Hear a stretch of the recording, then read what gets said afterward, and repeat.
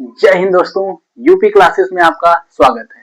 मैं निकेश यादव आज आप लोगों के सामने एक बेंडिंग मोमेंट इक्वेशन पर आधारित एक क्वेश्चन लेकर आया हूं, जिसमें मैं आपको एक एक चीजें अच्छे तरीके से समझाऊंगा।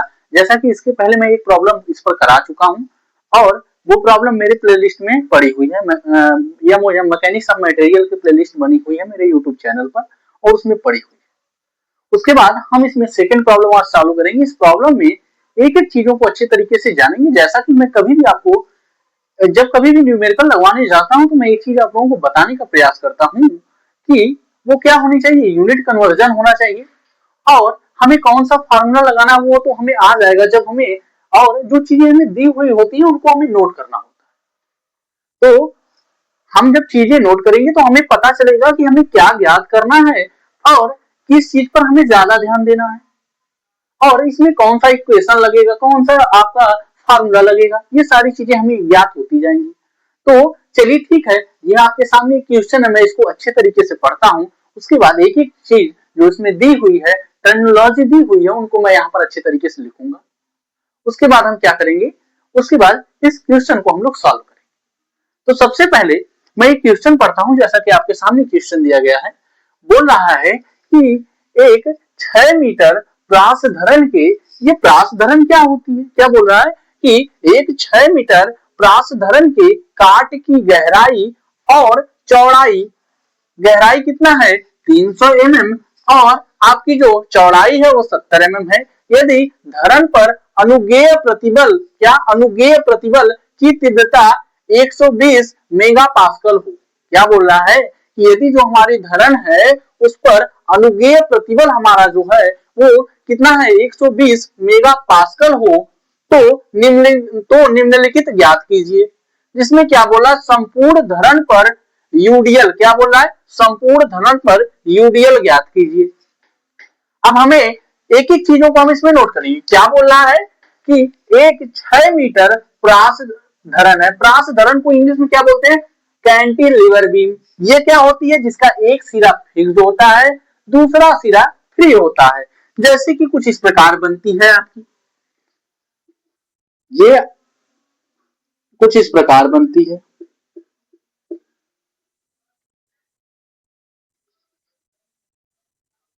ये आपकी धरण हो गई और ये इसका फिक्स्ड सिरा हो गया। और ये बोल रहा है कि इसकी लंबाई कितनी है, एक 6 मीटर प्रास धरण है आपकी, इसकी जो लंबाई बोल रहा है वो आपकी है 6 मीटर।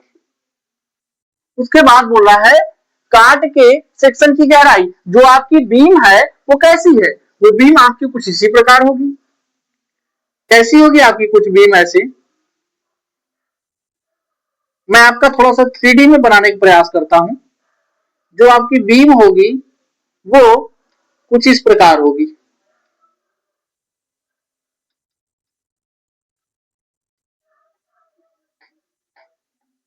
कुछ इस प्रकार आपकी बीम बनी होगी।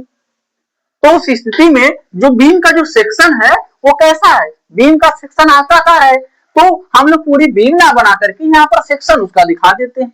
इसका सेक्शन कुछ इस प्रकार हो जाएगा।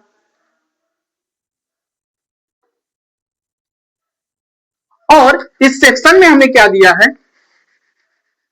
बोल रहा है कि यदि काट की जो आपका ये सेक्शन है उसका काट की गहराई, मतलब ये डी,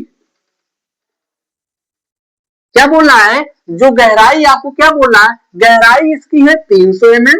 कितनी बोल रहा है, 300 mm बोल रहा है। उसके बाद क्या बोला है, और जो उसकी चौड़ाई है ये इसकी जो चौड़ाई है, इसकी चौड़ाई बोला आपकी 70 mm है। कितनी आपकी mm है, 17 mm है, 70 mm है ये आपकी। उसके बाद क्या बोला है, यदि धरण पर अनुगेय प्रतिबल बल, इस मतलब यहाँ पर बेंडिंग मोमेंट की बात कर रहा है। क्या बोला है, अनुगेय प्रतिबल, तो बेंडिंग मोमेंट की बात कर रहा है। तो मैं यहाँ पर ये जो चीजें यहाँ पर लिखा हूं, अब मैं इसको यहाँ पर दिया हुआ लिख दे रहा हूं, दिया है। क्या लिख दे रहा हूं, दिया है। हमें कौन कौन सी चीज दी है, लंबाई दी है, बीम की लंबाई को एल से हम लोग डिनोट करते हैं। तो क्या हो जाएगा, 6 मीटर इसकी लंबाई हो गई। उसके बाद आगे हमें क्या दिया है, आगे हमें दिया है कि बीम की गहराई, मतलब कि हम लोग क्या ले लेते हैं, डी ले लेते हैं। क्या बोला है, 300 mm है।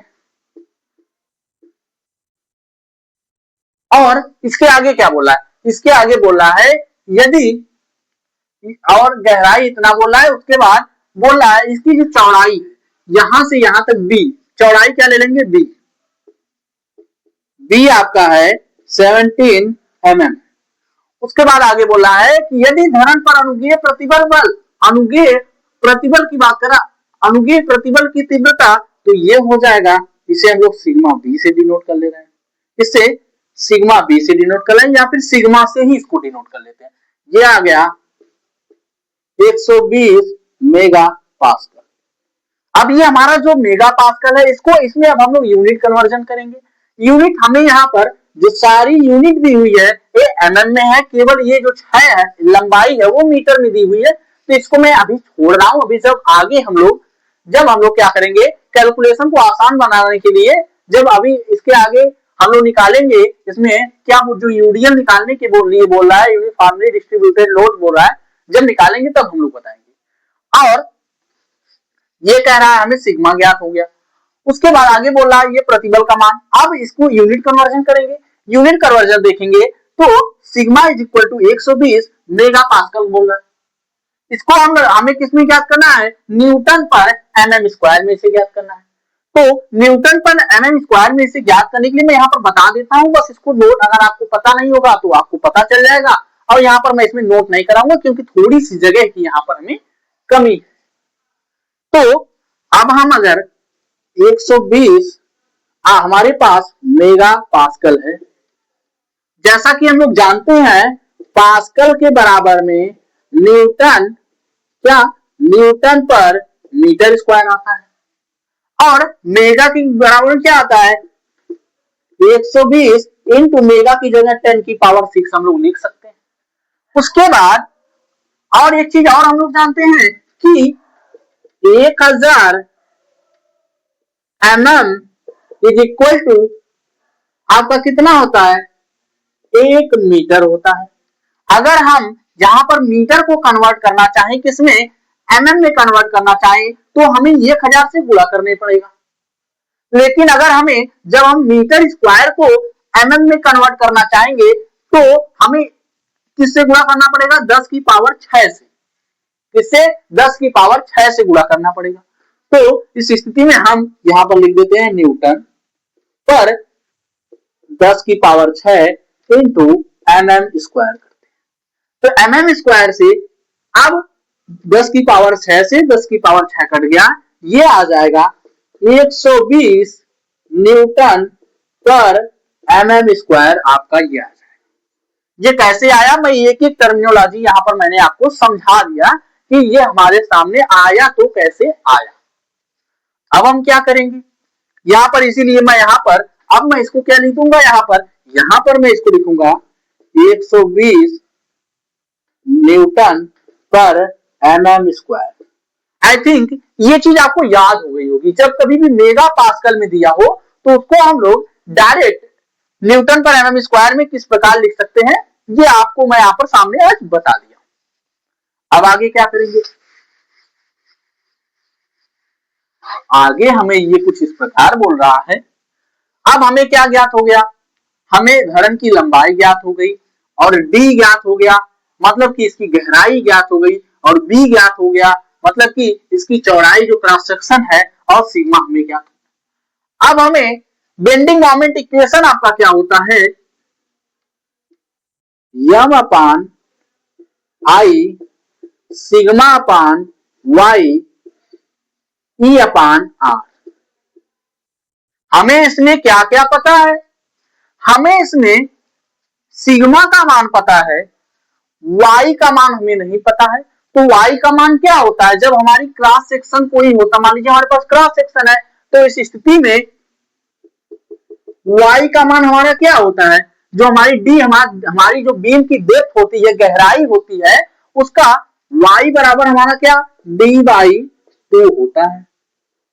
तो यहां पर हमारा d क्या है, हमारा यहाँ पर डी हमारा 300 mm है, तो यहां पर हम y का मान लिखेंगे, y is equal to d by 2 का मतलब हो जाएगा 300/2 इज इक्वल टू 150 mm आ जाएगा। अब हमें क्या करना है, अब हमें आगे देखना है कि अब हमें किसकी जरूरत है, आई की भी जरूरत है। दो चीज मिल गई, सिग्मा मिल गया, वाई मिल गया। अब हमें आई की जरूरत है, तो आई हम कैसे निकाल सकते हैं, अगर हमें कोई क्रॉस सेक्शन की क्या उसकी चौड़ाई दी गई हो और उसकी गहराई दी गई हो, तो इस स्थिति में हम लोग इसका क्या मोमेंट ऑफ इनर्शिया यानी कि आई हम लोग आराम से निकाल सकते हैं। उसका फार्मूला क्या होता है, उसका फार्मूला होता है I is equal to B H cube upon 12। यहां पर एच या फिर डी लिख सकते हैं, तो डी की जगह मैंने एच रख दिया है। उसके बाद हम क्या करेंगे, इसको यहां ना लिख करके थोड़ा जगह की कमी की वजह से मैं इधर इसको शिफ्ट कर देता हूं, तो मैं यहां क्या करता हूं, I is equal to B H cube upon 12। अब B H cube upon 12, B हमारा क्या है 70 है, और जो आपका इधर डी है, डी को हम लोग एच यहां मानेंगे तो वो आपका कितना है 300 है, क्यूब अपॉन 12 कर देंगे। उसके बाद जब हमें इसका मान निकल के आएगा तो इसका मान 1.575 इंटू 10 की पावर 8 mm की पावर में 4 आएगा, क्योंकि यहां पर जो हमने सारी यूनिट किए थे वो सारी यूनिट हमारी किसमें थी, mm में थी। और आप भी जब इस क्वेश्चन को करिएगा तो कैलकुलेशन करके देखिएगा कि ये जो कैलकुलेशन की गई है ये कैलकुलेशन हमारी सही है या फिर कैलकुलेशन सही नहीं। उसके बाद क्या करेंगे, अब हमारा आई भी निकल गया। अब हम लोग अपना जो यहां पर बेंडिंग मोमेंट इक्वेशन आपका लिखा गया था इसको हम लोग यहां पर सॉल्व करेंगे एक एक करके। तो अब मैं क्या करता हूं, बेंडिंग मोमेंट इक्वेशन को यहां पर लिखता हूं, bending moment equation M upon I sigma upon y is equal to E upon R. अब कहेंगे कि सर यहां तो 6 चीजें हमें दी गई है, हमें 6 चीजें ज्ञात होगी तब हम लोग कर पाएंगे। हम कहेंगे नहीं, हमें 3 चीजें ज्ञात होगी तो हम लोग ऐसे कर सकते हैं, इसको हटा भी तो सकते हैं। इसको हटा देंगे जिसमें से हमें सिग्मा पता है, सिग्मा हमारा यहां पर है, आई पता है, आई हमारा यहां पर निकल के आया, वाई पता है, वाई हमारा यहां पर। तो अब हम इसको लिखेंगे, मोमेंट हमें नहीं पता है तो M is equal to sigma into Y, क्या हो जाएगा सिग्मा इनटू आई हो जाएगा, आई को इधर ले आएंगे तो ये ऊपर आ जाएगा। उसके बाद जो हमारा वाई है, वाई हमारा नीचे रहेगा। अब क्या करेंगे, अब हम एक एक करके इसका मान रख देंगे। जो हमारा सिग्मा का मान यहां पर क्या है, जो हमारा सिग्मा है, सिग्मा का मान 120 न्यूटन, यहां पर यूनिट तो नहीं लिखनी होगी, 120। आई का मान आपका क्या है 1.575 इंटू 10 की पावर में 8, अपान में क्या है, अपान में है 1 पॉइंट, अपान में आपका यहां पर y का मान यहां पर क्या दिया है, y का मान 150 mm आया है, 150 mm आया है, तो यहां पर यूनिट नहीं लिखनी है। अब ये हमारा क्या आ जाएगा, ये हमारा आ जाएगा 1.26 इंटू 10 की पावर में 8, क्या आ जाएगा 1.26 इंटू 10 की पावर में 8 न्यूटन इंटू mm। हमारा मोमेंट क्या होता है, मोमेंट हमारा F इंटू डी होता है, जिसके कारण इसके यूनिट क्या होगी, न्यूटन इंटू मीटर हो सकती है, किलो न्यूटन इंटू मीटर हो सकती है, या फिर न्यूटन इंटू एमएम हो सकती है, तो यहां पर क्या होगी, यहां पर न्यूटन इंटू एमएम होगी। ये यूनिट न्यूटन इंटू एमएम क्यों होगी, इसका रीजन, क्योंकि यहां पर जो सारी यूनिट ली गई है न्यूटन में ली गई है, एमएम में ली गई है, उसके अलावा किसी और में यहां पर यूनिट नहीं ली गई है। अब आगे क्या करेंगे, अब हमें मोमेंट हमें ज्ञात हो गया, तो इसके बाद हमें एक चीज वो बोला है कि संपूर्ण धरण पर यूडीएल मतलब कि यूनिफॉर्मली डिस्ट्रीब्यूटेड लोड ज्ञात कीजिए। अब यूडीएल क्या होता है, बीम हमारी कैंटिलीवर है जिसकी लंबाई 6 मीटर है, इस पर हम यूडीएल लगाएंगे। यूडीएल हमारा कुछ इस प्रकार इस पर लगेगा। अब क्या होगा, इस पर मान लीजिए W किलो न्यूटन पर मीटर का इस पर क्या एक यूडीएल लग रहा है।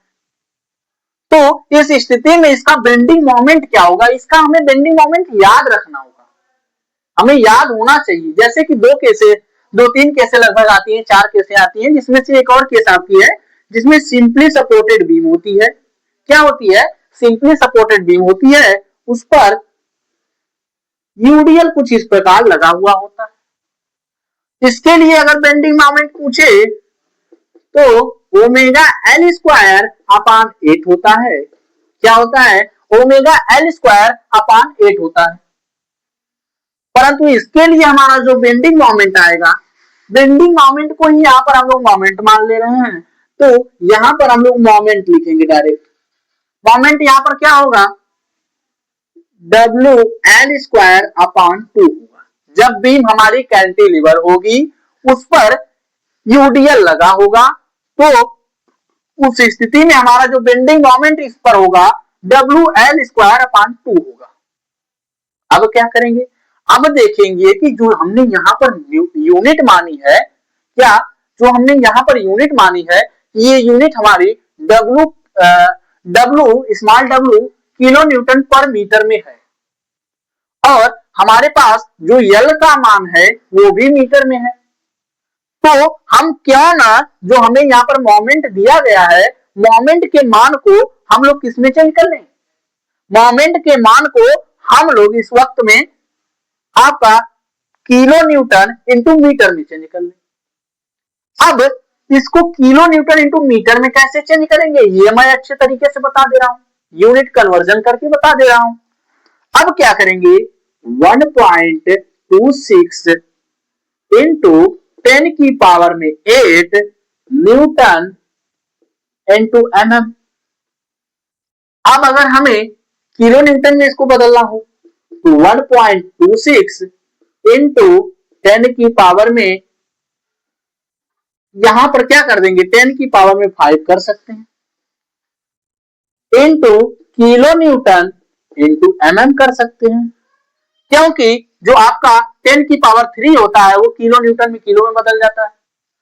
अब अगर एमएम को अगर हमें मीटर में चेंज करना होगा तो इसमें मीटर से चेंज करने के लिए हमें 1000 से भाग देनी होगी। तो 1000 से जब भाग देंगे तो ये हमारा आ जाएगा 1.26 इंटू 10 की पावर में 2 किलो न्यूटन इंटू मीटर। क्या आ जाएगा, 1.26 इंटू 10 की पावर में 2 किलो न्यूटन इंटू मीटर आ जाएगा। अब आगे क्या करेंगे, अब मैं इसको यहाँ पर डायरेक्ट लिख देता हूं, यहाँ पर मेरी जगह ना होने की वजह से इन सारी चीजों को मैं लिख नहीं रहा हूं बहुत ज्यादा, बस मैं इसको अच्छे तरीके से यूनिट कन्वर्जन को आपको समझा दे रहा हूं कि कैसे हम लोग इसको कन्वर्ट कर रहे हैं। तो हम लोग यहां लिख सकते हैं कि मोमेंट जो हमारा अर्थात बेंडिंग मोमेंट हमारा जो है वो क्या है, यहाँ पर 1.26 इंटू 10 की पावर में 2 किलो न्यूटन इंटू मीटर आ जाएगा। तो इसको हम लोग मिटा देते हैं, अब एक एक करके मान रखते हैं। अब हमारा डब्ल्यू एल स्क्वायर अपान 2, क्या आपका जो W L square upon 2 is equal to हमारा कितना हो जाएगा, हमारा आ जाएगा 126, क्योंकि जब यहाँ 2 जीरो यहाँ पर आएगा तो ये 126 पूरा पूरा हो जाएगा। अब हमें W का मान निकालना है, W ही हमारा यूडीएल है, तो L का मान हमें क्या मिला है, 6 मीटर है, इसीलिए मैंने मीटर को mm में कन्वर्ट नहीं किया था। आई थिंक ये बात आपको अब समझ में आपको ये आई हो। अब L का मान 6 into 6 upon 2 is equal to 126, 126। अब W इज इक्वल टू 126, 3 से यहां कट जाएगा, तो ये जब नीचे जाएगा तो क्या आ जाएगा, W इज इक्वल टू हमारा कितना आ जाएगा, 7 किलो न्यूटन अपॉन मीटर आ जाएगा। और जो हमारा यूडीएल की यूनिट होती है हमारी क्या होती है, किलो न्यूटन पर मीटर होती है, या फिर न्यूटन पर मीटर होती है, या फिर न्यूटन पर एमएम होती है। आई थिंक ये सारी चीजें आपको एक एक करके समझ में आई। यहां पर याद रखने वाली चीजें थी, हमें बेंडिंग मोमेंट इक्वेशन तो सभी को याद होता है, परंतु यहां तक क्वेश्चन को सभी लोग सॉल्व करके लाते हैं मोमेंट तक, और कभी कभी क्या करते हैं लोग, यूनिट कन्वर्जन नहीं करते हैं, अच्छी तरीके से नहीं कर पाते हैं, जिस वजह से ये सवाल गलत हो जाते हैं। हालांकि आपके पास कैलकुलेटर आपको पेपर में अलाउड होता है, तब भी लोग ये गलतियां कर जाते हैं। आई थिंक आप लोग अब कोई इसमें गलती नहीं करेंगे। अगर आपको इसमें कोई चीज समझ में न आई होगी तो आप लोग कमेंट करिएगा, मैं आप लोगों का जवाब देने का प्रयास जरूर करूंगा। तो चलिए ठीक है दोस्तों, ये क्लास आज आपकी खत्म हुई। अब मैं आपको आगे भी कुछ ऐसे ही क्वेश्चन लेकर आता रहूंगा। जय हिंद दोस्तों।